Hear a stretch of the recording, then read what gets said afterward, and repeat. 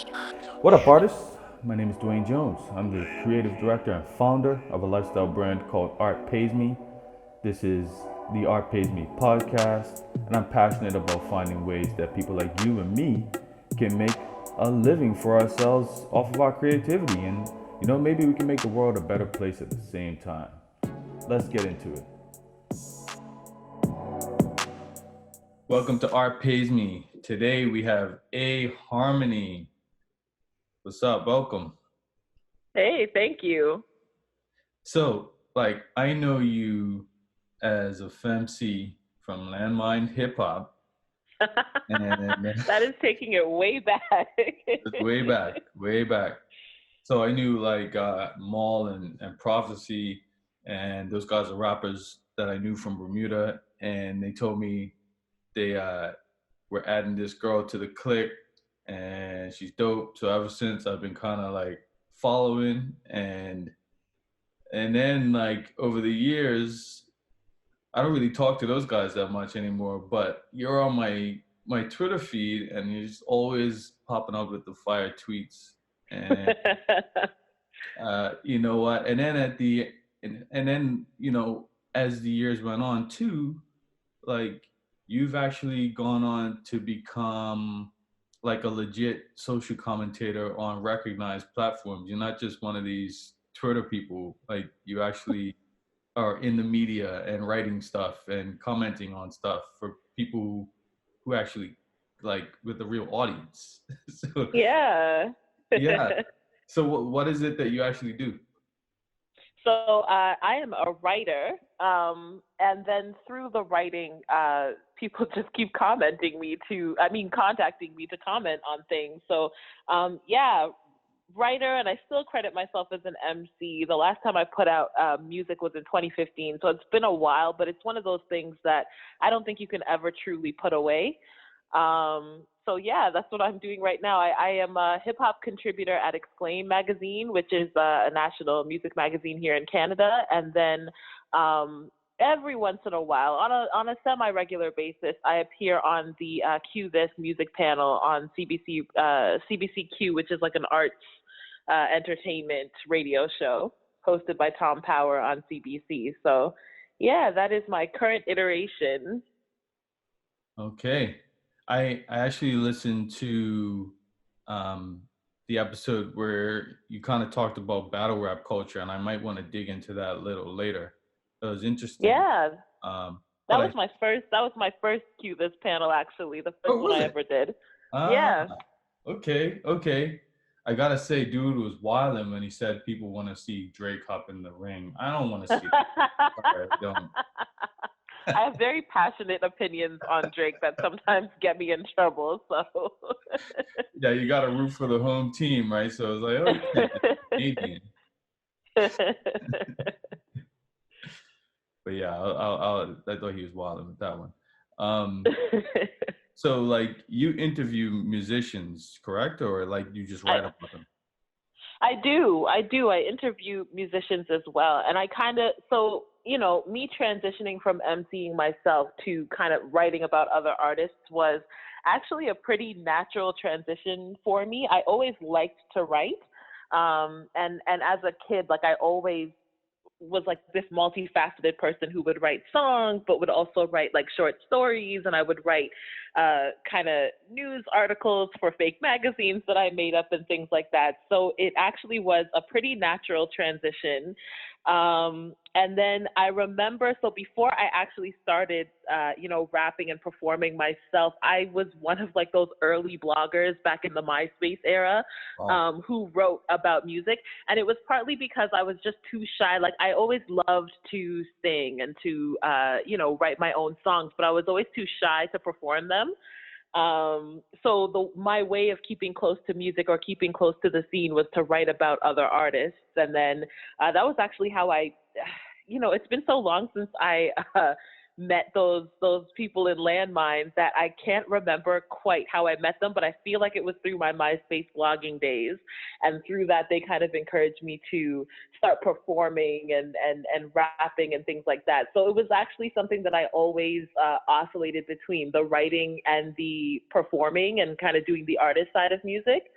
So fast forward to today, I feel like having that experience of being a recording artist and being, a songwriter and a rapper myself, I feel like it brings a different perspective to my music journalism. Like I'm able to critique things and I'm able to interview other artists kind of on a peer-to-peer level. And it's not to say, that I'm like, a Grammy award winning artist like some of the people that I've interviewed, but you still bring that perspective to the table of, okay, I know what it's like to, sit in the studio and record, and I know what it's like to stay up all night writing a song or like recording it over and over to get the perfect take. And I know what it's like to get on stage and perform with people. And I know what kind of experiences and what kind of passions go into creating albums and things like that, and what kind of process goes into it. And so I'm able to bring that sensitivity and that perspective to my interviews and to my reviews and to everything that I write. Yeah, I love that. And it gives you a certain amount of legitimacy. It's like you're not just popping off. Like when you're critical of something, it's coming from a legit standpoint of knowing what it took to create. When someone, Yeah. you know? Right. And that was always super important to me, having that legitimacy and having that experience. And so not only was I a recording artist, but I also went to a music business school out in Toronto called the Harris Institute for the Arts. And that's where I learned the entire business side of the industry. And I had plans at that time to kind of manage myself and possibly manage other artists. So I learned the ins and outs. And Harris really prepares you to be a well-rounded artist in that you learn the ins and outs of engineering and actually the like physical or technical side of recording music, but you also learn, contract law, and you learn how to route a tour, and you learn how to build your own website and write your own press releases. Like it's a very well-rounded education, and you're being taught by people who are actually working in the industry. So you're getting real like peer-to-peer experience. So I'm pretty well versed in all areas of music, from like the technical side, the creation side, the creative side, the performing side, like both sides of the mic.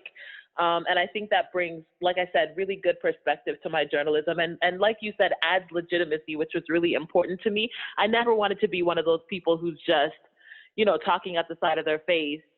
Somebody who just really loves, like I think some people think that just because they really love music that they're well versed in it and they know about it and they can speak with authority on things. And I never wanted to be that person. I wanted to be educated and bring a full perspective and a well-rounded perspective to my writing and to my my music creation. Yeah, actually, I kind of, for me too, from this podcast perspective, it's been really important to me that the more I do this podcast, that I continue to practice as a fine artist and as a designer to like keep my skills sharp and to be able to talk to people on a peer-to-peer level. So that said, do you ever get starstruck by people? Do I ever get starstruck? It's very rare, to be honest. And I think, it's not to sound jaded, but I think when you've done this yourself enough and when you've been exposed to all aspects of the industry enough, you do get a little jaded. Like, a lot of the stories that we read about artists, those rags to riches stories, or, them driving around in these fancy cars, like you kind of see behind all of that and realize that they're just regular people just like you. So it is very rare. But it does happen. I got a little starstruck when I interviewed Raphael Sadiq, because that was somebody that I was like in Pampers watching on TV, and like, my mom used to play his music in the house when I was little, and it was weird having this 360 moment where I'm able to like speak to him and ask him about his craft. So I was a little starstruck with him. I didn't interview Kendrick Lamar, but I met him a couple of years ago, and that was probably the most starstruck I've ever been, just because I'm a huge Kendrick Lamar fan, and I've been following his career since he was in the mixtape circuit. So that was another like full circle, oh my gosh, I can't believe I'm sitting next to this guy. So it's rare, but it does happen. Right. Did you like feel tempted to be like, hey, here's a link to my music? So oddly enough, so it wasn't just Kendrick. I met like everybody on the TDE label at once, except for SZA. SZA wasn't there, but everybody else was there. And I was sitting between Kendrick and Schoolboy Q, and I had interviewed Wow. Schoolboy Q. I had interviewed Schoolboy Q the year before, and so it was just so many things happening at once. I was kind of sitting looking at the two of them like, I don't know what to say. Should I tell Schoolboy that I interviewed him last year? Do you think he'll remember me? Should I talk to Kendrick? Like, it was all just so overwhelming. All I could manage to squeak out in the end was a hi. Like, I was so starstruck and stunned. Like, Kendrick looked up at me and he was like, hello. And I was like, hi. And that's all I could manage. Damn, goat status. So look, I want to talk about these whack rappers for a second. I know you get them sending. I could tell by the messaging on your site. Like, I don't respond to unsolicited email. Yeah, I had to put the disclaimer. I know they be sending stuff. Have you ever had a whack rapper end up blowing up after they sent you stuff? That is a good question. No, nobody in my inbox in terms of emailing me things, for me to listen to, but there have been a couple artists who I was wrong about. So Fetty Wap, when I first heard Fetty Wap's music, I predicted that he would be a huge flop. I didn't think he would have any success with Trap Queen and the couple of other tracks that he came out with. I was wrong about him and like happy to admit that. And like way back, so this was before I was writing in earnest, I was also wrong about Flo Rida. We'd gone to see him at Howard Homecoming, oh gosh, back in 2007, I want to say. And he was performing low, and I'm like, this guy is terrible. Like he was at the time like an opener, and they were trying to like test him out with the crowd to see how he went over with people. And I was like, this guy's terrible. And like the next month, we saw him on BET and like blowing up everywhere, and Low went on to be this huge hit. So those aren't rappers that have sent me things, but they are rappers that I've been wrong about. Most of the people that send me stuff in my inbox like haven't seen the light of day anywhere. So it's not often that I'm wrong, but I was wrong about those few artists. Right. I kind of saw Lady Gaga before she was big, and she did like this radio like performance thing that they have every summer here, and I was like, man, this chick's weird. A year later, it was like she was the biggest thing ever, and I was like, okay, yeah. So Exactly. I'm always happy to admit when I'm wrong. That's the thing. Like, there isn't one critic alive who can predict every success with pinpoint accuracy, because especially in the social media era, our attitudes towards music and our tastes and preferences are so fickle, especially in the social media era. And I think now with social media, we are just as invested, or we care just as much about the artist's like story and not just the music that they're making. So it's kind of hard in that environment to predict with accuracy like all of the people who are going to blow up. Like Lil Nas X, for instance, is like a recent success story that I think is tied a lot to his kind of underdog persona and all of the controversy that surrounded Old Town Road in terms of these like old country execs just wanting to get him out the paint. Like I think that galvanized the masses and earned him a lot of support that he wouldn't have otherwise gotten. I think Cardi B is another success story like that, where people just like the story behind her. And the music is an addition to that, but I don't think it's the thing that put her over the edge, or I don't think that was the tipping point for her. Right. So I noticed similarly, you mentioned that the box is this year's Old Town Road. Yeah. Do you feel, but with Roddy Ricch is interesting because he's not like an over the top character like a DaBaby or something like that.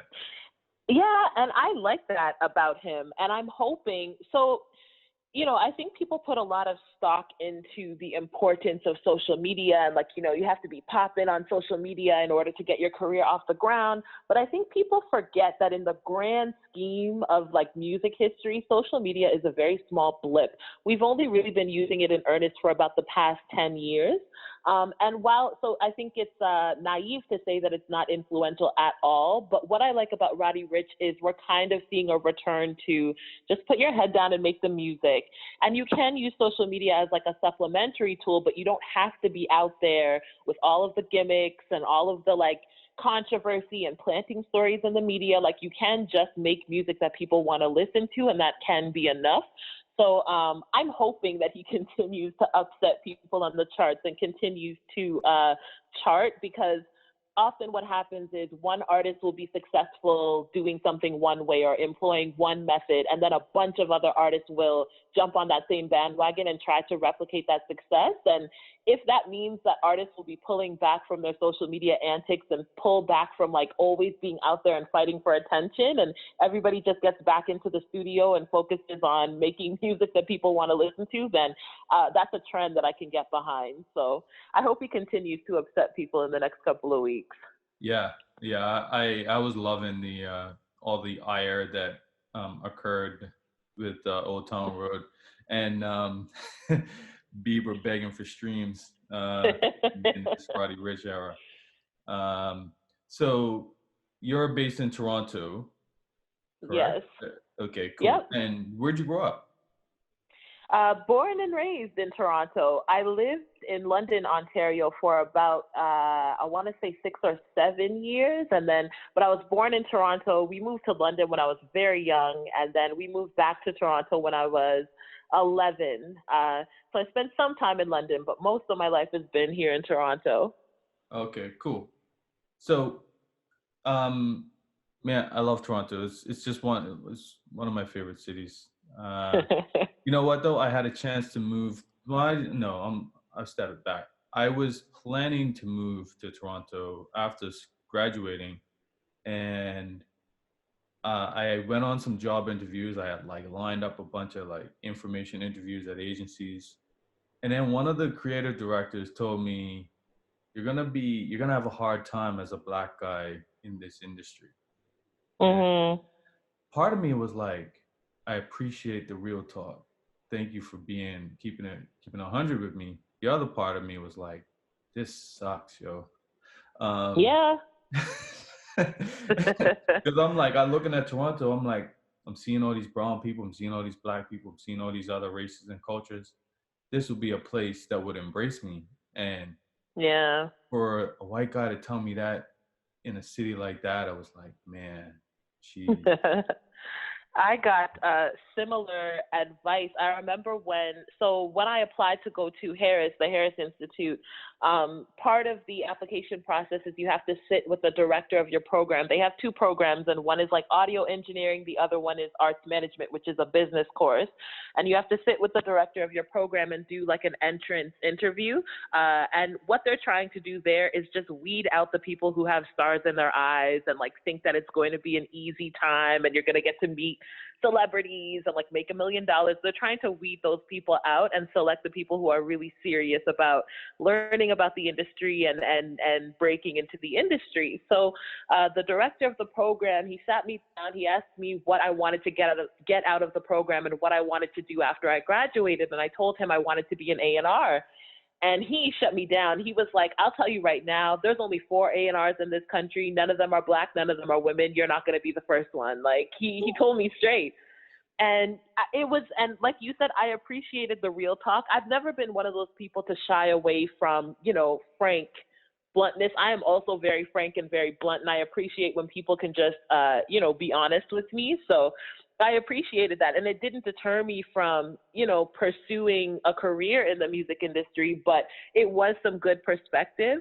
And I think, it's a combination of kind of taking that advice with a grain of salt and making sure that it doesn't limit you, but also being very clear about what you're up against, because there certainly are, barriers for people of color, for Black people in this city. There are certainly obstacles, and it can certainly be a very closed game in terms of the gatekeepers in this industry and who allows whom to get to the top. It can be pretty difficult. It's not to say that you shouldn't pursue your dreams or pursue a career, but I think it is also important to at least be aware of that, because it will inform the way that you navigate this industry. Right, right. That's great advice, actually. I'm glad that didn't deflate me completely. It for whatever reason though, after that trip, my whole plan to go to Toronto was done. So I don't know. Yeah. And I'm still trying to figure out if that had something to do with it or if it was just I only visited Toronto in a party sense before, and then now I like looking at it as a place I'd have to work in was like, is that, Yeah. yeah. I don't know. I mean, as somebody who, like I said, is born and raised here, say for like a quick gap in that, like, I don't know. Toronto, in a lot of ways, is a great city, and I haven't lived in very many other places in Canada for me to be able to compare. But I'm not sure whether Toronto is where people need to be in order to succeed. Like, I feel like some people have this view as like, oh, I need to get to like the big city, or I need to get to where all the action is happening, et cetera, in order to, succeed. And I'm not sure how true that is, especially in this era of like, we're kind of living in this like global digital era where I can easily send files to somebody anywhere in the world. Like, even looking at how I linked up with all these people in Bermuda, I know so many people from Bermuda, and I have never been there. Right. And it's strictly from like, I had a huge support base when I was making music. Most of my listenership was like in Bermuda and places I'd never been to. So I'm not sure that you need to be here in order to succeed or in order to advance your career. And I mean, right now, living in Toronto, I just saw a couple reports that were published today that it's like one of the most severely expensive places to live. It's rough out here, and I'm not sure whether people need to be out here and put themselves in a situation where they can barely afford their rent in order to succeed. I think there are other more effective ways to do that. But it's not to discourage anybody who wants to come out here. What I'm saying is, if for some reason you change your plan, or like coming to Toronto is impossible for you at the moment, et cetera, you can still get ahead. Absolutely. Absolutely. Great point. So, um, I actually, the tweet that made me say, you know what, I gotta just get you on here and uh and just break some social commentary down with you was a young woman who I believe is a writer made a tweet basically implying that if your partner or your friends don't read your work, you shouldn't mess with them anymore. You should like leave them, whatever the case may be. And you were kind of subtweeting, and I'm like, so what I want to break that down. So how do you feel about this idea that your romantic partner has to read your stuff, otherwise, hey, you know, get them out of here? Yeah, I think that is absurd. Absurd. And like I said, I've always been a creative, and I've always done this in many different capacities. And when I was really active in the performing scene and making music, etc., I never expected my friends or my family to attend my shows or to listen to my mixtapes, or so it's not to say, and like even now, I don't expect them to read the articles that I write or to listen to every radio appearance or watch every TV appearance that I do. Like, I think it's absurd to put that expectation on people. I think it is wonderful when friends and family, read your articles or they listen to something. And I think, for me personally, I really do like to make the people that I love proud. So it does bring me great pleasure to hear, my mom say, that was a great radio segment, or, for my friends to say they're proud of me about an article that I just published, et cetera. But I don't put the expectation on them to consume every piece of art or every piece of writing that I produce. I think it's unrealistic. And I think people are quick to label somebody, buying your art or listening to your music or reading your article as support. And that is one form of support. It's true, but it is not the only or the most important part or piece of support. I think support looks like many different things. And I think it is realistic to expect your friends and your family, your loved ones to support you. But I think we need to remember as creatives that support looks like a lot of different things. Support could be, your computer crashed in the middle of writing a 200-word feature, or sorry, not 200, 2,000-word feature, and you need a new computer, and your friends rally together to get you another one the next day. That is support. Or people just simply reminding you, hey, take a break and eat something. You've been writing for 6 hours straight and you haven't done anything. Or a simple text in the morning like, hey, I know you're about to interview this really big artist and you're nervous. You're going to knock them dead. Do great. Or, there's a lot of different ways to support people, and I think it's unrealistic and it's pretty harsh to put the expectation on anyone that the only way that they can support you is to consume everything that you create, especially because we as creatives, not everything we produce is going to be perfect. There's going to be some real blunders along the way. Why subject people to that? You know what I mean? Like, Yeah. I think there are a lot of different ways to support people. And I think putting it in such a narrow box and saying it's like either this or nothing is like super harsh. Yeah, I agree 100% because I'm like, a half the time my friends and family are not my target market for the things that I. Exactly. Exactly. So it's like I can't expect. I don't want them to fake enjoy it if you know what I mean. Exactly. Exactly. And that's the thing. If they're your friends and family and they love you, of course they're going to love everything you put out. They may not understand what the point of it was or what you were getting at. And like you said, it's because they're not your target market, or they may not be interested in what you're writing about at all. And it has nothing to do with you and everything to do with what their particular interests and area of expertise are. Like my mom doesn't know half the rappers that I talk about or write about. She doesn't know who they are. She doesn't listen to their music. So her reading those articles like does nothing for her. Or I have a lot of friends who aren't into hip hop at all. And so it's like I get really granular in some of my articles or some of my interviews or reviews, and they don't understand it. So they're not going to read it. Like you said, they're not my target audience, but they are going to, oh, that was really great. I'm proud of you, etc. Because it's me, not because of the thing that I wrote. So I also think you're setting yourself up for failure if you're only looking to a circle of yes men who are automatically going to love everything you do because they love you and they want to, make you feel good. But you set yourself up for failure that way if you just surround yourself with these yes men who are like, yeah, I loved everything, it was great, and can't give you like critical feedback. So I think I don't know. I think it is a harsh expectation to put on anyone that they have to be your biggest cheerleader in the form of, reading everything that you write or listening to every single crappy song that you put out. Like there are many Yeah, different ways to support people that don't involve consuming even your like crappiest pieces of art. absolutely, absolutely. And like you said, like those are the people who maybe they didn't read your latest thing or listen to your latest song, but you're in crisis mode. They're there to help you out, which is more important. Like like I'd rather have them be there for crisis and Exactly. And sometimes too, I think there's value in having people who don't know or care about anything that you do in terms of the art that you're making, especially if you're doing it for a living.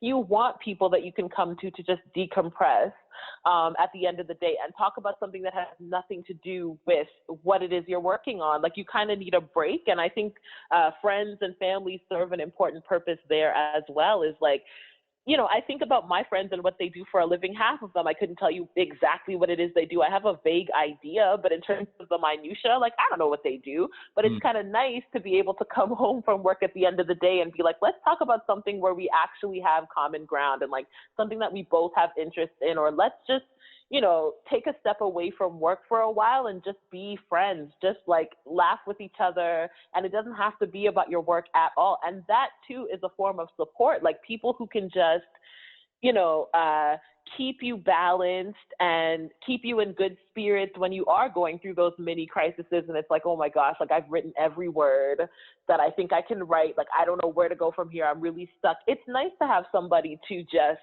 decompress and not think about the work for a while. So I think, there's different friends for different things. Our spouses serve different purposes as well.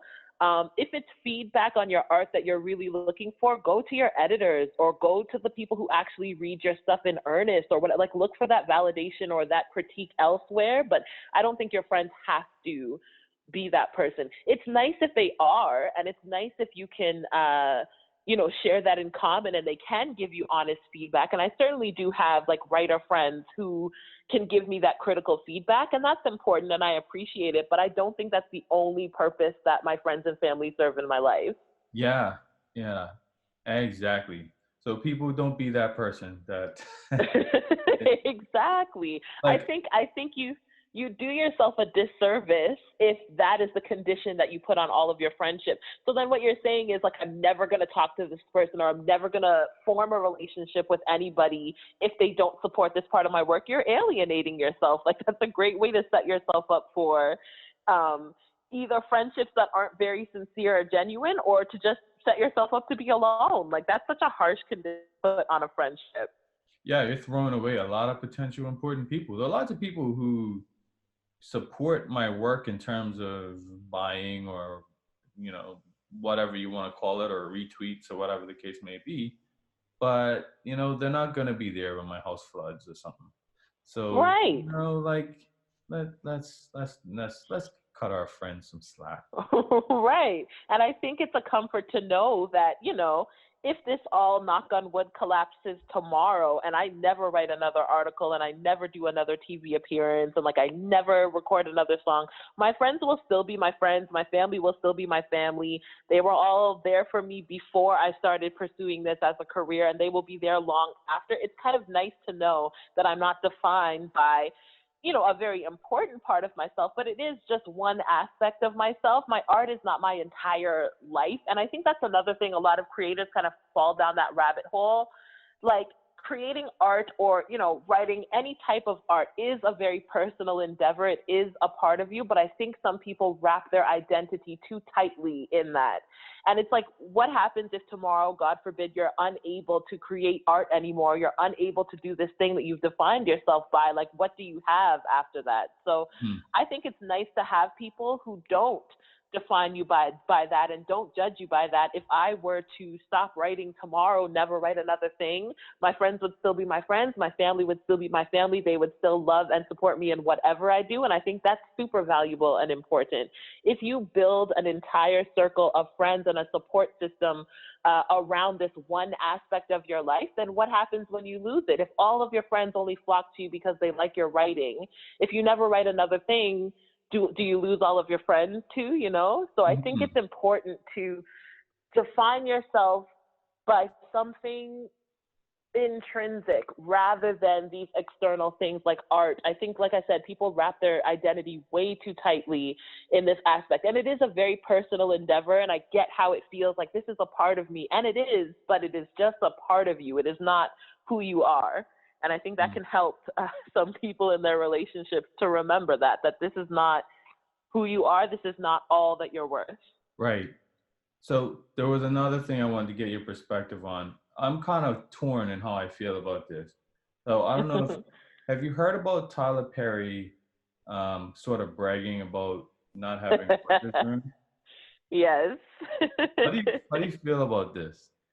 So, yeah, Tyler Perry is a perfect example of kind of creating that environment of yes men, and his crappy movies that keep deteriorating over time is a testament to what happens when you surround yourself with yes men and people who never object and never challenge you in any way. And it's funny with this new movie, A Fall from Grace, which I've seen, and like, spoiler alert, it's terrible. Okay, It's so just funny. people tell me they Go love it. ahead. I mean, so I will say there is an audience for which Tyler Perry creates his art for, and I think there's a certain audience who will always support everything that Tyler Perry puts out. And like, my stance on art as a whole, because I get it a lot in music where it's like, oh, mumble rap and like hip hop isn't what it used to be, and like music isn't what it used to be. But my opinion is there is room for it all. There's something for everyone, and there are people out there who love like the old town roads, etc. And like, why not let them enjoy that? There's room for it all. Hmm. So yeah, Tyler Perry, like I said, will always have. There is an audience who will always support his movies and always like his movies, and that's okay. He's making it for them, but it certainly wasn't for me. And I knew that going into it. You kind of know what to expect with Tyler Perry. And in my opinion, A Fall from Grace and some of the movies that he's made in recent times, I haven't watched them all, but I did watch A Fall from Grace, and I can say that is the result of not having enough people around him to challenge him. Hmm. Yeah, so like I'll clear it up a little bit. So basically, if for people who don't know, so basically Tyler Perry recently got on Instagram and he kind of like panned around his office, and you could see this mountain of scripts that he had been working on.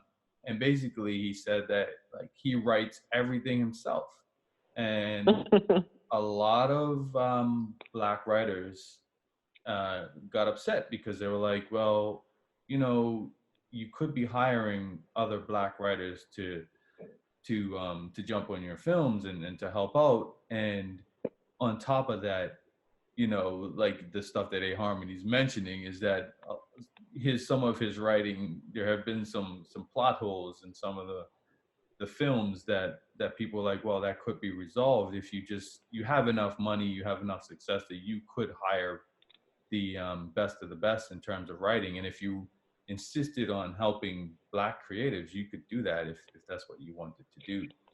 um, I I'm torn about it in terms of the fact that I almost get why he does it, and I don't. It may be an ego thing. I don't know, but I think of it from the perspective of if when I run my business, I really enjoy the design side of it. So I'm like, if I could pay people to do all the stuff I don't like, and I only get to do the things that I actually like, which is the designing, maybe I do that. And for him, maybe he likes writing the most, so that's maybe why he does all of the writing, and it's worked for him so far. But that said, the the quality isn't always there. So uh, if it was me, I would hire a team and pick and choose which ones I would work on, and still let the creative juices flow, but try to up that quality overall. But it's just me. Well, yeah, with Tyler Perry, and I think that's one thing we have to realize is that everybody's motivations differ, and not everybody has the same goal or the same motivations. And I think with Tyler Perry, it is clear that his motivation is to make money. And, he may very well enjoy the writing aspect. And so he just wants to write and make money. And, I am not sure whether at this stage in his career he can really look at the films that he's making and say that they're high quality, or the shows that he's making and say that they're high quality. Maybe he does think that in his mind, but I feel as though he realizes that he's making these like really cheesy and poorly done movies, and he just doesn't care, because I think his main motivation is to make the money and to just put his name over a bunch of stuff. There are other people who are more interested in just becoming a better creator. And I think part of that is opening yourself up to critique, but also opening yourself up to collaboration and just like learning from people. We kind of mentioned at the beginning of this discussion that it's a lifelong learning process. You can go to school and get a million degrees and do like certificate programs and work in all aspects of the industry, do internships, et cetera, but there is always something more to learn. And it's apparent to me that Tyler Perry is not interested in learning, and it's kind of like, okay, that's fine. Like, not everybody is in it to make, fine art or high quality film. I think he gets into trouble, or he starts deluding himself when he thinks that he can do it all, that he can just kind of shut everybody else out and make these really cheesy movies and make a lot of money off of them and have them be really great without anybody else's help. I think that's where he might start to delude himself. But to be frank, I think if quality was what he was after, he would have opened that writer's room a long time ago, or he would have done something to better himself. And he doesn't seem interested in doing that, to be honest. Like, A Fall from Grace was really lazy, Mm. and it made me wonder whether he's ever like read a book or done anything to Wow. improve. And hey, it sounds harsh. I mean, I have a reputation, and I've always been like this, of just being really harsh. And it's not that. It's kind of like I say what other people are thinking and just don't want to say out loud. Like, it made me wonder whether he's ever read a book or like watched any other film other than his own, or done anything over the past however many years to improve himself. He almost seems to be like regressing, which just says to me he hasn't done anything to develop his craft.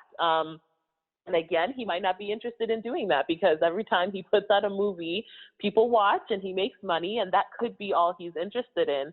And I don't knock people for that, but I think, the rest of us kind of have to be aware that not everyone's motivations are the same. And I'm not sure that his motivation is to improve or that that is his top priority. Mm-hmm. Man, major TP slander on this. He can come for me if he wants to, like. Yeah, shout out to Tyler Perry. I mean, he's achieved a lot of success, and congrats to him. But yeah, I get what you're saying on many levels. Yeah, and to be honest, again, like I don't necessarily knock it. It's like to me, it's like just decide what is important to you and go after that. So if Yeah, making money is important to you and this is the way you're happy doing it, more power to you. Again, I think there is room for it all, and we don't necessarily have to look to Tyler Perry to make the next Oscar award-winning film. Like we can look to somebody else for that and just Tyler Perry has a lane that he stays within. And I think, I respect it in that regard. So it's not knocking him, make your money. And if this is the way that you're happy doing it, then do it. But, yeah, at the same time, again, I've kind of like his films are not for me and I know that, and that's fine. He doesn't have to make films for me, and he can make his money and I can watch the films that I want to, and everybody can be fine. Like he doesn't have to yeah. change anything about what he's doing if he doesn't want to. Yeah, exactly. Like he found his lane, he caters to that lane, and he keeps milking it, and it's Right. it is what it is. So why are you the Claire Huxtable of hip hop?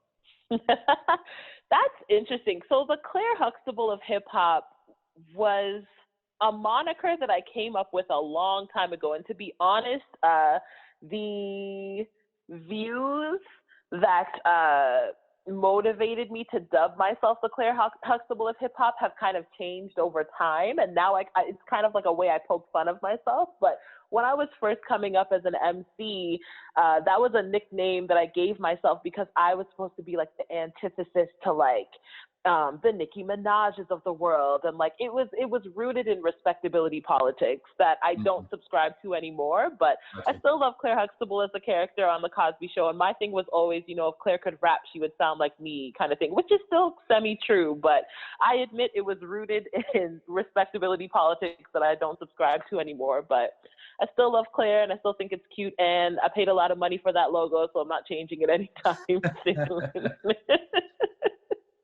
So like yeah, you're talking about the I'm kind of the same actually, like in terms of respectability politics.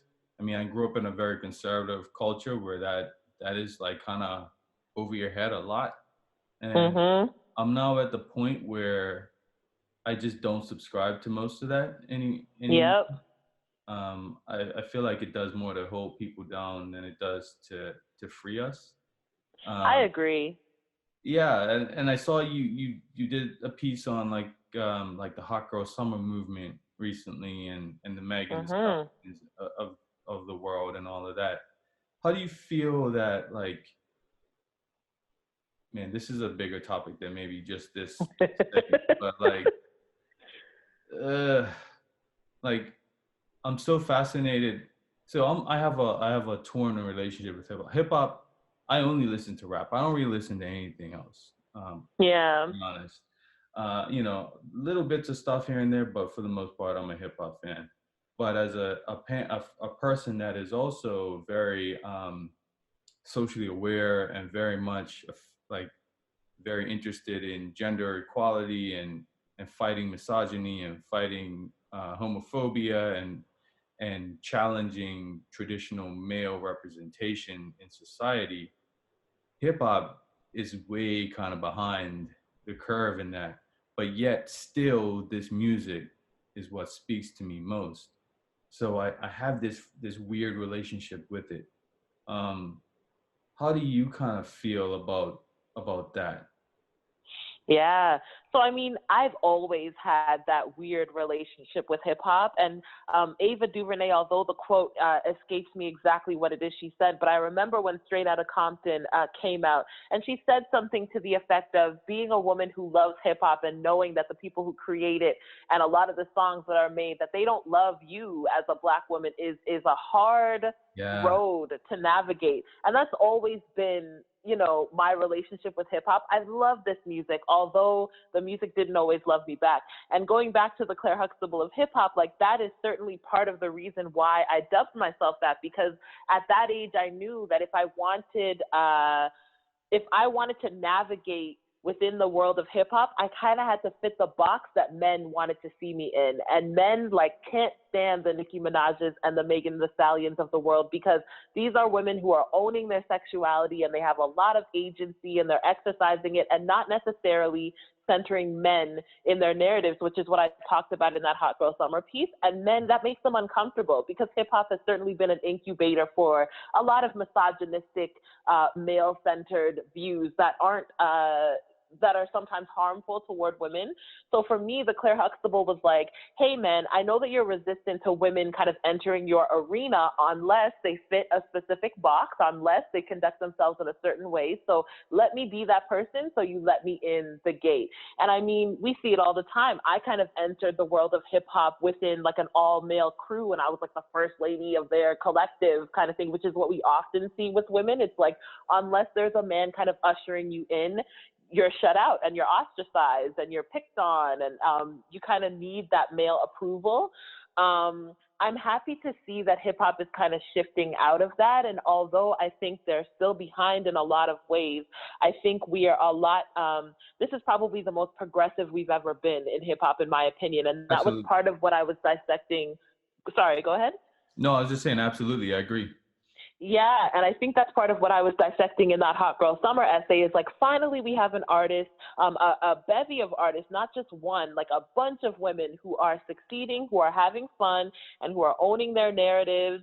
They are, you know, putting themselves first in their music and not concerned with the male gaze, and not concerned about being escorted into hip hop with a man and like getting a man's approval to do anything. Like, we're finally breaking free of those chains, which is something I can't say for a lot of female artists of past decades. A lot of them subscribe to these toxic masculine views, whether or not they knew it.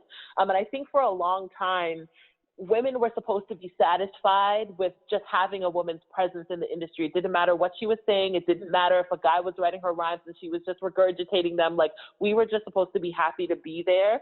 But now it's like, not only are we here, we're talking about stuff that doesn't concern anybody else but us. And like, we're talking about our own stories, and we're celebrating ourselves. And we don't care if the men feel uncomfortable when they hear this. Like, this is our time. And I'm really happy to see that, and hope that's a trend that continues. But yeah, being a fan of hip hop, like, I still love, you know, Biggie. I still love Jay-Z. I still love a lot of artists who weren't necessarily concerned with how women felt about their music, and often made some pretty damaging music. And it is a hard road to navigate. And I still don't have answers in terms of how we do that. But I think there are a lot more options now for people who want to engage with hip hop, but don't want to wrestle with that icky feeling.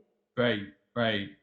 Do you, something that has started to aggravate me that never used to before, and I think it's part of my sort of social awakening, is this concept of, like you said, women sort of being proxy to male. So we do this thing where we say, who's your top five MCs?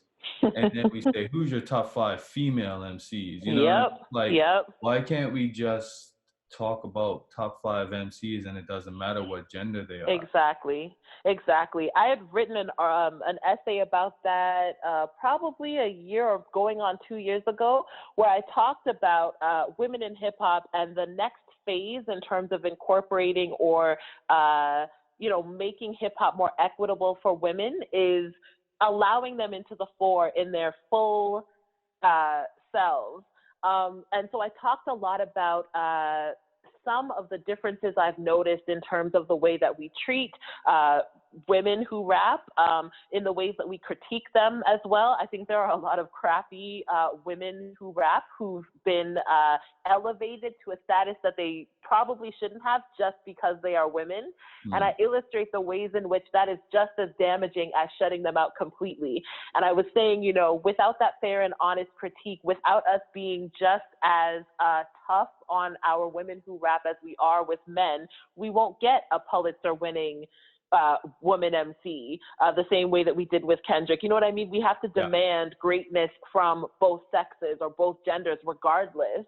And same thing, exactly. Stop calling women who rap female MCs and femcs, etc. Like, call them MCs and be more conscious about just allowing them into the fore in their full iteration. And I think with that, you also have to allow women to critique women artists the same way that we do with men. I know when I was kind of coming up in hip hop, and I used to get into a lot of arguments with women and men because I wasn't like a huge Nicki Minaj fan when she was first coming up. I thought there were MCs out there that were better than her.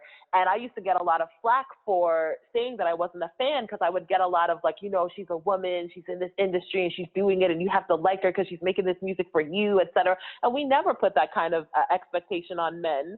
I remember I got into a pretty heated argument with Ninth Wonder on Twitter because I'm not a Rhapsody fan. I never have been a Rhapsody fan, and I'm pretty vocal about not being a Rhapsody fan. And he like jumped down my throat and was like, she's making this music for you, and like, you know, you gotta like her because she's a woman in this industry and she's doing it and blah, blah, blah, and she's doing it for you. And I'm like, imagine me coming to you and telling you that you have to like every single male rapper that comes out just because they're a dude. Like, what kind of limitation is that?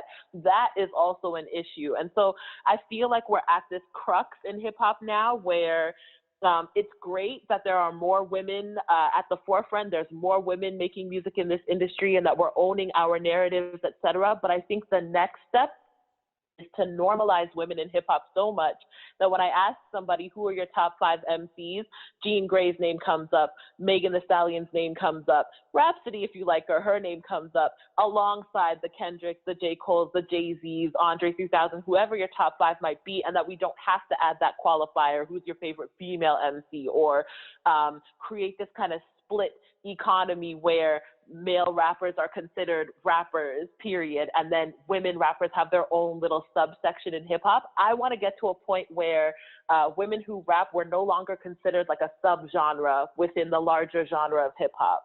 I love it. And Jean Grey, underrated MC. She is. I love her. I've always loved Jean. Probably one of the best rap names as well, too.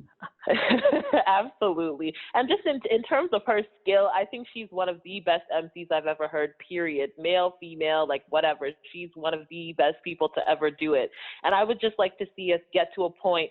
And I also, so again, going back to that whole Claire Huxtable thing, like as I started to mature and like awaken in certain areas of my life, I started to really become uncomfortable with the ways in which women who rap are like separated. So it's like you have a column of good or respectable rappers who like never show skin and never talk about sex and blah, blah, blah. And, like, these are the women rappers that are allowed. And like the women rappers who were despised were the ones who, you know, rapped about having fun or like having sex, had sexual agency, showed their skin, whatever, like they're vilified. And I think we're still seeing that, like with the rise of Megan Thee Stallion, and some people can't stand her and it's all rooted. And then they'll pit like Megan and Rhapsody against each other and say like Rhapsody's more respectable. And, you know, it's, I would like to see us move away from that, and I would like to see us create room for all kinds of different women, because we all come from different backgrounds, we have different stories, and I, you know, as I got older and I started to learn, really started to reject the idea that there is like one better than the other, or there's only one way to conduct yourself. Again, that's like rooted in respectability, and I'm not sure how beneficial that mentality is. And so I would like to see all kinds of women, all kinds of stories. Like, as long as you're being authentic and being true to yourself and bringing your story to the fore, I think that's what we need. We need lots of people to be telling their authentic, genuine stories.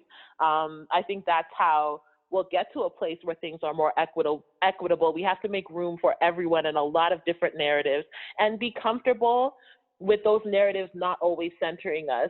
Like, I'm a straight Black woman, but there are queer, rappers out there who have stories to tell, and we need to hear those as well. Like, you know what I Yeah. mean? It can't all just be one narrative, especially in a genre like hip hop where there's already so much innovation and so many stories to tell. I think it's time to kind of open the floor to a lot of different voices, different aesthetics, different stories, different narratives, and just open it up some more. Yeah, I think the art form will benefit from that. And I, I've I am one of those. I'm weird because I'm old to think this way. It seems like all of the people in my generation turned into the old people from the generations before me. The You get know, off my lawn generation. yeah, like I remember coming up and people saying, "Oh, that rap you guys listen to today, that's not rap music. That's blah Yep, blah blah. It's this and yep. big chains and baggy pants and what's that all about? This is real rap." And now, guys my age and girls too, I should say, people are doing the same thing with the generation today Yep. because they don't understand it. But I think now with these different perspectives that are coming in, like it's good, and like you said, not just the style changing, but the voices, the types of voices Yep. um, Absolutely. coming in. We need it. It's the only way. Absolutely. Like the art form And will die if it doesn't evolve. exactly, exactly. And I think that's one thing I'm really happy to see in this new generation of artists is that they are a lot less concerned with gatekeeping than our generation was or is. And I think, you know, hip hop is still a relatively young genre. And I think some of that like protectionist attitude just comes from, you know, we've seen this thing from its infancy and we've seen it grow into what it is now. And there's a bit of like a protective, it's like, you know, being a parent and being really protective over your child. I think that's Mhm. part of where it's coming from. But I'm really happy to see that the younger generations are a lot less concerned with, you know, being so protective that they end up stifling hip hop's growth. I'm really glad to see that that's not carrying forward into this generation. In that Hot Girl Summer essay, I talk a little bit about Saweetie's video for My Type. And what I really loved about that video is she made such a bold statement, but she didn't make a big deal out of it. It was like women and men dancing at a cookout, and everybody's dressed how they want to dress, and everybody's dancing and having fun, and it was like everyone on equal footing. And I really like that she used that PD Pablo sample. I went back to look at the Freaka League video and listen to that song, and it was just so interesting to me how the genders were treated in his video and his song versus Saweetie's update. PD Pablo was very stereotypical. Women were props.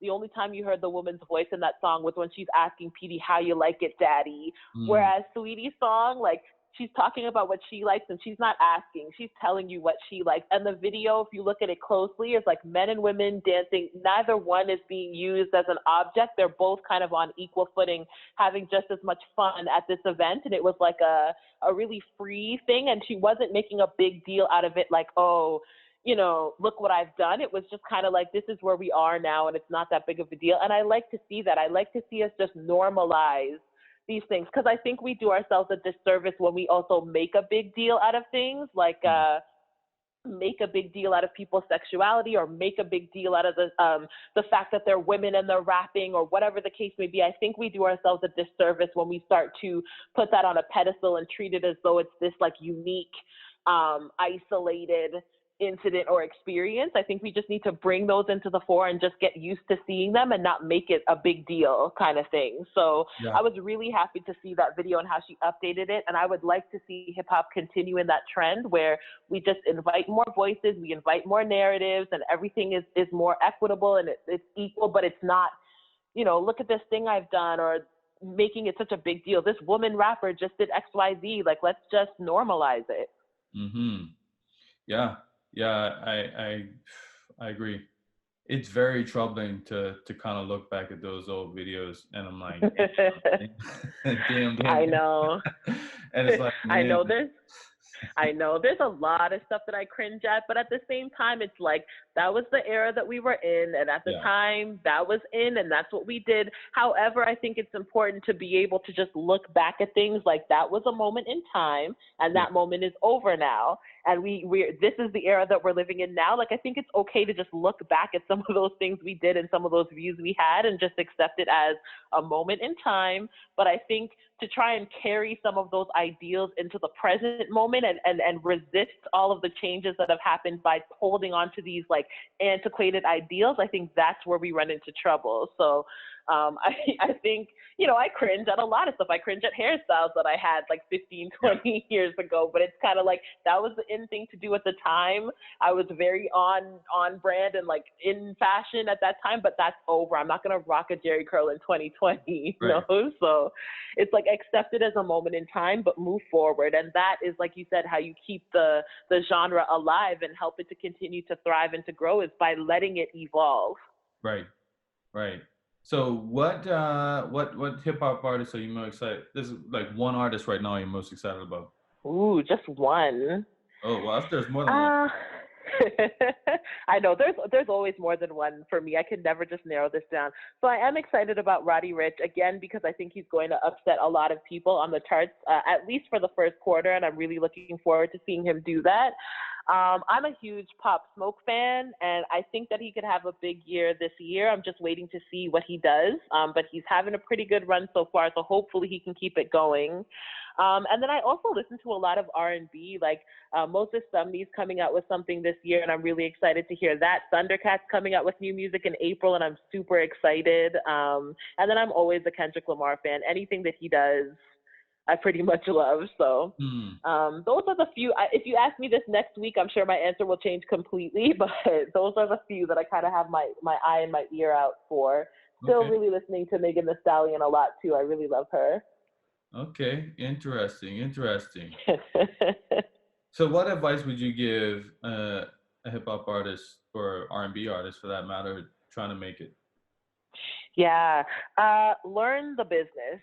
And don't learn the business from like Reddit threads on the internet. If you can get into a school, then I would recommend doing that. And if not, try your best to attach yourself to people who are doing this and learn from them. But I don't think you can ever learn too much about this industry, and especially right now because it's just rapidly evolving and rapidly changing, and make an earnest effort to learn it. One thing that really irritates me, and I can say it's the same sentiment for a lot of my writer friends, is people who just like randomly DM you on Twitter and it's like, oh, listen to my music, or, listen to it with no relationship established. Like, really take the time to get to know people and get to learn the industry that you're in. If you can do an internship, if you can shadow someone, even if you read like everything that Billboard has ever written about like the top executives, just learn as much as you can about this industry. Learn about the people you're trying to build connections with. Get out there, go to events, shake hands, like actually establish real connections with people. I can't stress enough how valuable that is, because I am not sure, like a lot of the artists that contact me, I'm not sure that they are aware of how much noise they're competing against. And you can't stand out if you have an established relationship with people. So learn as much as you can from people, and no matter how big you get, never get so big that you don't think there's anything left to learn. There is always something to learn. There's always ways to improve. So keep doing that. That's great advice. And you really do. Yeah. And my other piece of advice is you really do have to love what it is you're doing, because it is not easy. And if you're in it for any other reason than the love of the craft, then get out. Please get out. Because it's a terrible industry to be in if you just want to be famous or if you just want to make a lot of money. Like, there are a million other ways you can do that. You have to, the love of the craft is what's going to sustain you through the million rough nights that you're going to have before your big break. So you really have to love what it is you're doing, like really love it. Yeah, that goes for across the board with this stuff, because I'm telling you, I've been going through it with this business. Of course.